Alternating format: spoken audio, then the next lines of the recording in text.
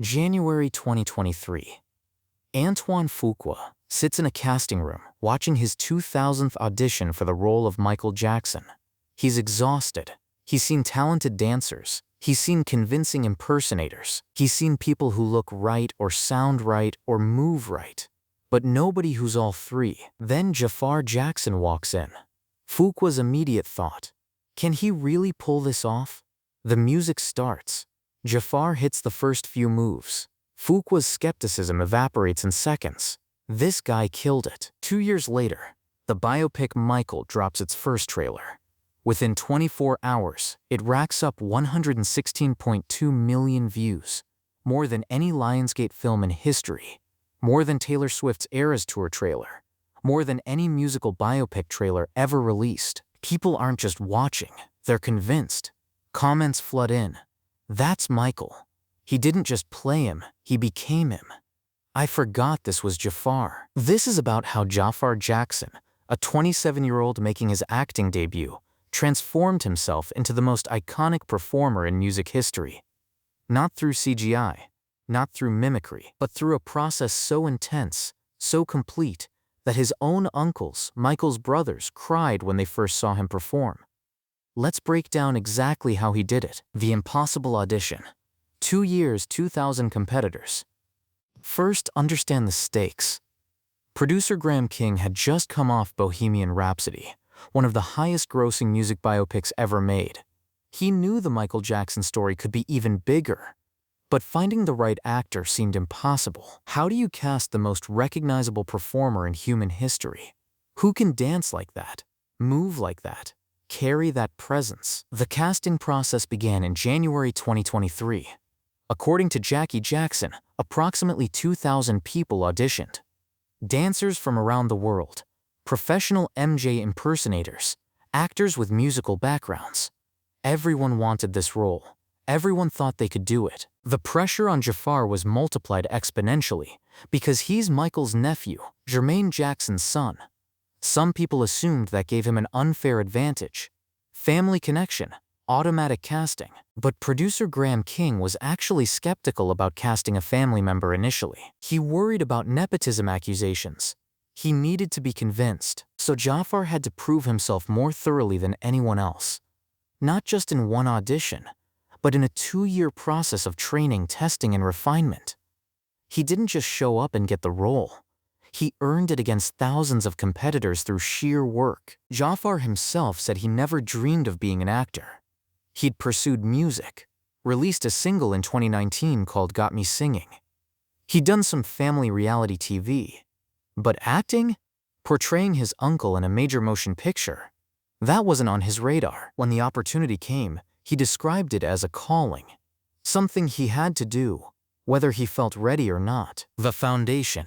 Growing up in Michael's shadow. Understanding Jaafar's transformation requires understanding his background. He was born July 25, 1996, 3 years before Michael's history tour ended. He grew up in a family where his uncle was the most famous person on earth. Family gatherings meant being around the king of pop. He saw Michael at his most human. Not the public persona, but the uncle, the family member, the real person. That access gave Jaafar something no other actor could replicate: personal memories. He knew how Michael moved when cameras weren't rolling, how he spoke to family, how he laughed. The small mannerisms that don't show up in concert footage or music videos. This became foundational to his performance. He wasn't just studying Michael Jackson, the icon. He was channeling Michael Jackson, the person he knew. But that personal connection also created unique pressure. His grandmother, Catherine Jackson, Michael's mother, would be watching this performance. His uncles, the remaining Jackson brothers, would be judging whether he captured their brother accurately. His cousins would see their father portrayed on screen. Every choice Jaafar made would be scrutinized by people who knew Michael intimately. That's not pressure most actors face. Catherine publicly approved the casting, saying Jaafar embodies Michael. That endorsement was crucial, but it also raised expectations. If grandmother says you embody her son, you better deliver. The physical transformation. Dance training that drew blood. The choreography training is where this transformation gets brutal. Michael Jackson's dancing wasn't just skilled, it was physics-defying. The spins, the moonwalk, the lean, the precise isolations, the explosive energy combined with complete control. Dancers spend careers trying to approximate what Michael did naturally. Jaafar had months to master it. He trained under Rich and Tone Talawega, choreographers who'd worked directly with Michael Jackson and contributed to the 2022 Broadway production, MJ the Musical. These weren't just any dance instructors. They knew exactly how Michael moved because they'd coached him. They knew the standards, and they pushed Jaafar to meet them. According to reports, Jaafar rehearsed until his feet bled. Literally. He'd dance for hours, repeating the same sequence until muscle memory took over. The moonwalk alone requires specific technique that looks effortless, but demands precise weight transfer and ankle control. Getting it smooth takes thousands of repetitions. Jaafar did those repetitions. The Thriller choreography, the Beat It moves, the Billie Jean performance elements, all of it had to be perfect. Not pretty good for an actor learning to dance, perfect. Because audiences know these performances by heart. Any deviation from Michael's exact movements would register immediately. Jaafar couldn't approximate. He had to replicate. Behind-the-scenes footage released ahead of the film's April 24, 2026 release shows Jaafar executing the moonwalk with precision that's drawn praise from people who knew Michael best. His uncles, Jackie, Tito, and Marlon Jackson, all commented on how accurate the movement was. Marlon specifically said, Jaafar wasn't imitating Michael. He became Michael, and that's the difference. That distinction, imitation versus embodiment, is everything. Imitators copy surface elements. Jaafar had to internalize the movement vocabulary so completely that it became his default way of moving. When the director said action, Jaafar couldn't think about technique. He had to be in Michael's body. The vocal challenge. Finding Michael's voice across decades. The love and the audition be there. Dancing was only half the battle. Michael Jackson's voice is one of the most distinctive in music history. The high tenor, the rhythmic hiccups, the emotional phrasing, the way he could shift from delicate falsetto to powerful belting. How do you recreate that? The biopic covers Michael's journey from Jackson 5 days through the bad era. That means Jaafar had to master Michael's voice at multiple ages and stages. Young Michael sounded different from Thriller Michael, who sounded different from Bad Michael. The tone matured, the range adjusted, the delivery style evolved. Jaafar needed to navigate all of it convincingly. We don't have detailed reporting on specific vocal coaches, but the behind-the-scenes footage shows Jaafar in recording sessions working on phrasing and tone.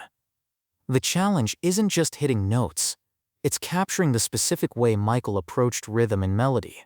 His vocal timing was unique. He'd place syllables in unexpected spots, creating syncopation that became his signature. Replicating that requires deep study and natural musicality. The 13-track companion soundtrack features Michael's original recordings, not Jaafar's vocals. That's standard for music biopics. They use the artist's actual music.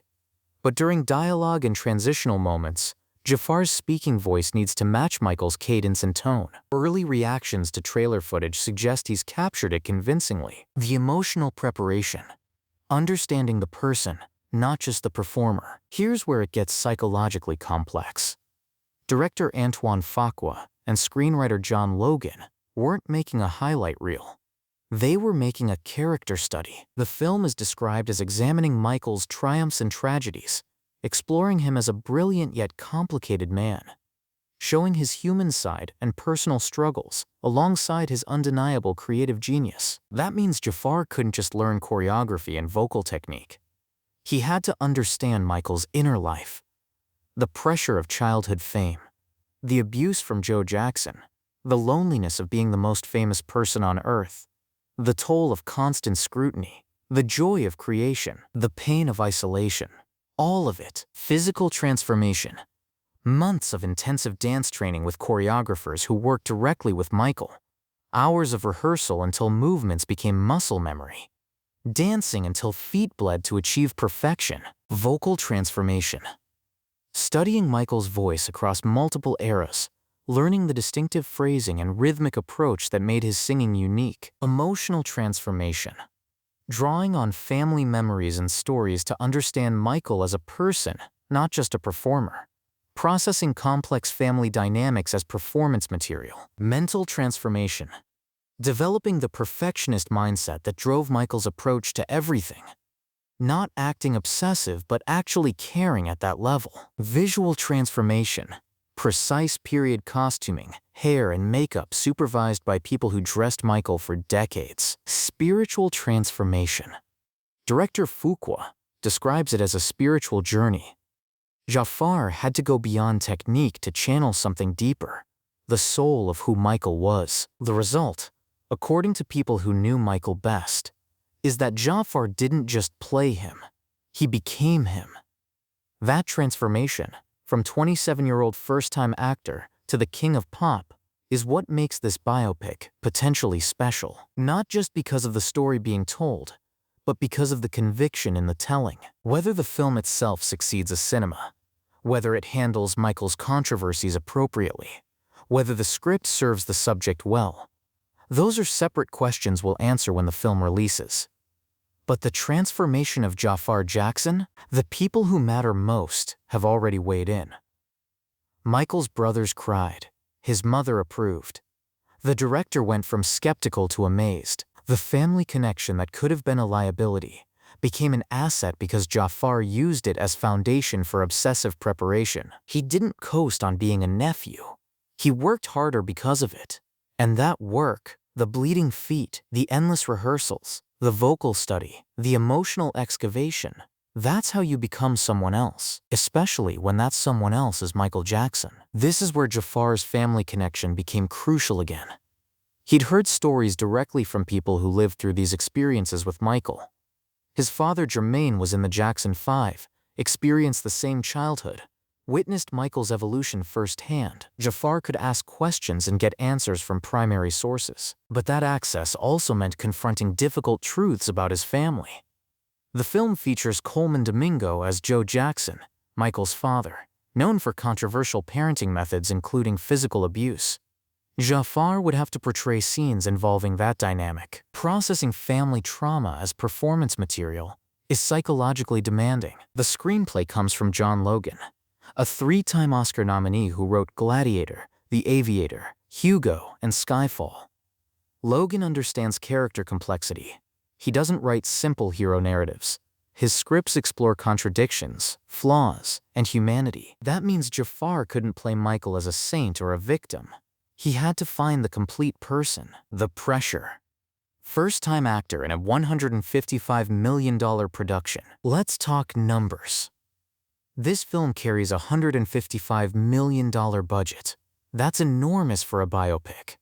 For comparison, Bohemian Rhapsody cost $52 million. Elvis cost $85 million. Michael's budget is nearly double Elvis, nearly triple Bohemian Rhapsody. Those films were career-defining for established actors Rami Malek and Austin Butler. Jaafar is making his feature film debut. The cast around him is stacked with proven talent. Coleman Domingo is an Oscar nominee for Rustin. Nia Long is a veteran with decades of credits. Miles Teller carried Top Gun: Maverick. These are professionals who know how to work on major productions. Jaafar is learning on the job while carrying the entire film. Antoine Fuqua is an accomplished director with Training Day, The Equalizer, Southpaw, and multiple other films on his resume. He knows what he wants.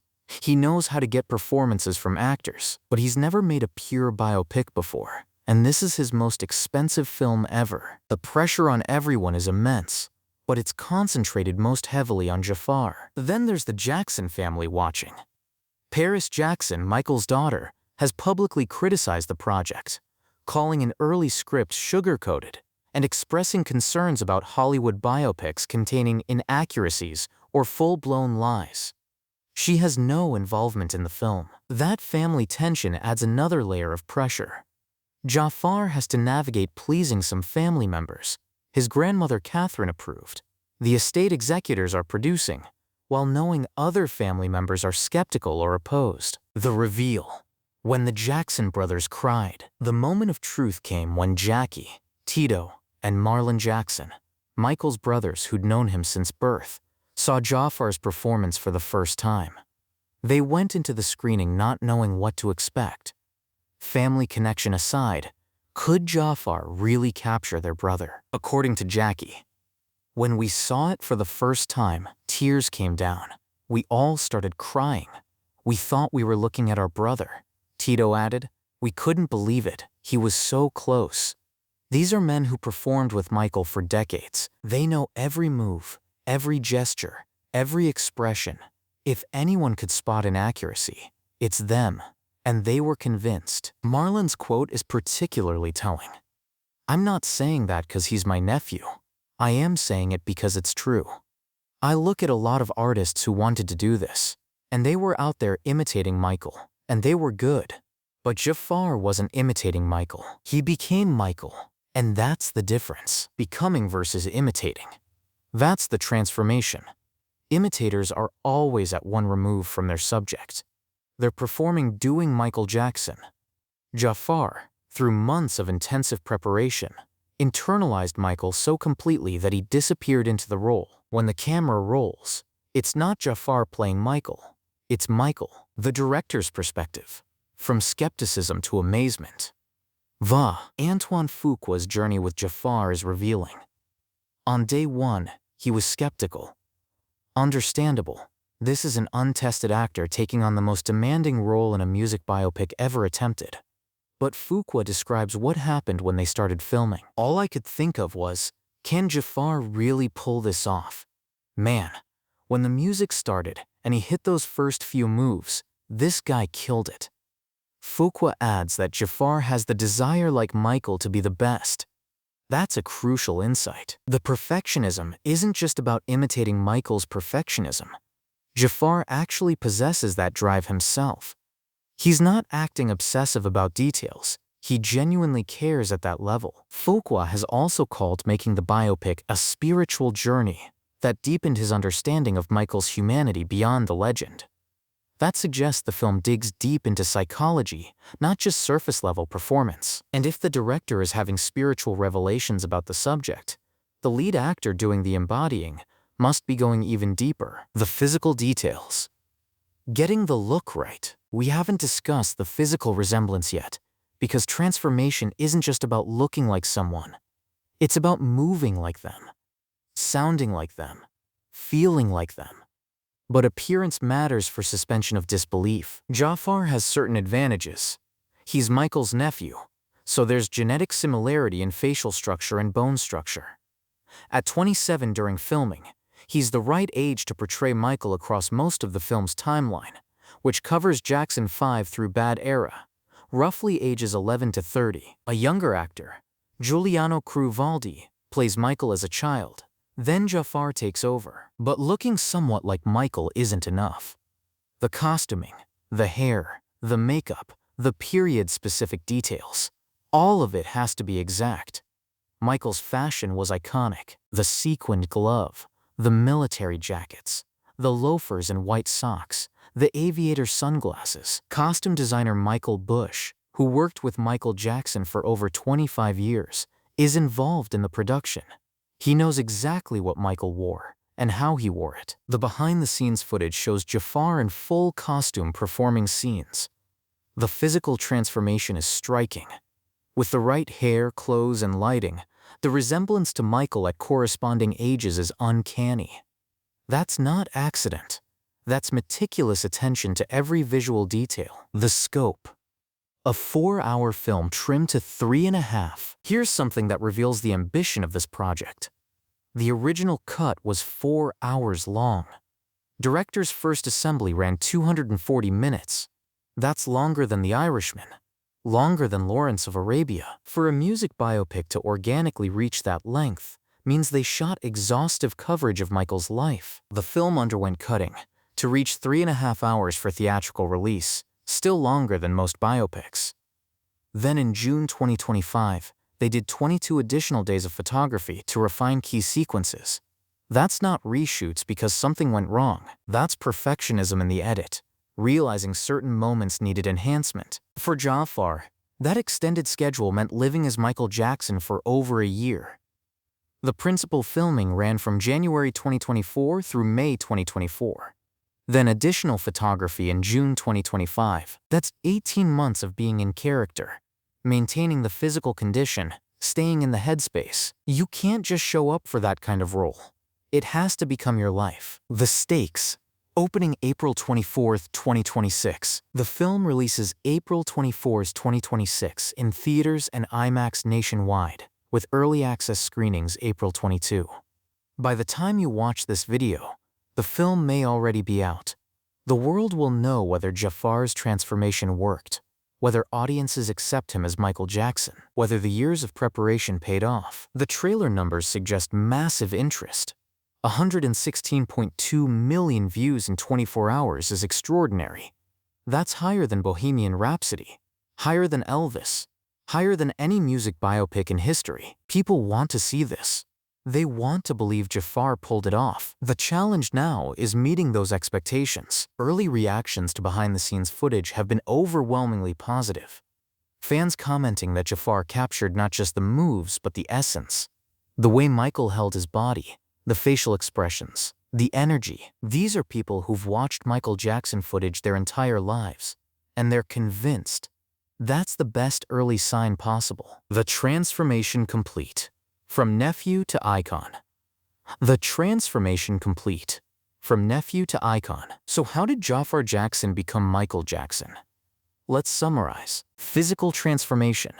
Months of intensive dance training with choreographers who worked directly with Michael.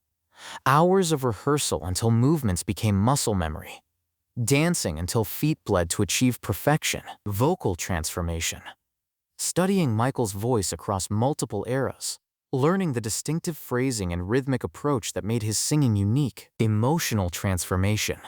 Drawing on family memories and stories to understand Michael as a person, not just a performer. Processing complex family dynamics as performance material. Mental transformation. Developing the perfectionist mindset that drove Michael's approach to everything. Not acting obsessive, but actually caring at that level. Visual transformation. Precise period costuming, hair, and makeup, supervised by people who dressed Michael for decades. Spiritual transformation. Director Fuqua describes it as a spiritual journey. Jaafar had to go beyond technique to channel something deeper, the soul of who Michael was. The result, according to people who knew Michael best, is that Jaafar didn't just play him, he became him. That transformation, from 27-year-old first-time actor to the King of Pop, is what makes this biopic potentially special, not just because of the story being told, but because of the conviction in the telling. Whether the film itself succeeds as cinema, whether it handles Michael's controversies appropriately, whether the script serves the subject well, those are separate questions we'll answer when the film releases. But the transformation of Jaafar Jackson, the people who matter most, have already weighed in. Michael's brothers cried, his mother approved. The director went from skeptical to amazed. The family connection that could have been a liability became an asset because Jaafar used it as foundation for obsessive preparation. He didn't coast on being a nephew. He worked harder because of it. And that work, the bleeding feet, the endless rehearsals, the vocal study, the emotional excavation, that's how you become someone else, especially when that someone else is Michael Jackson.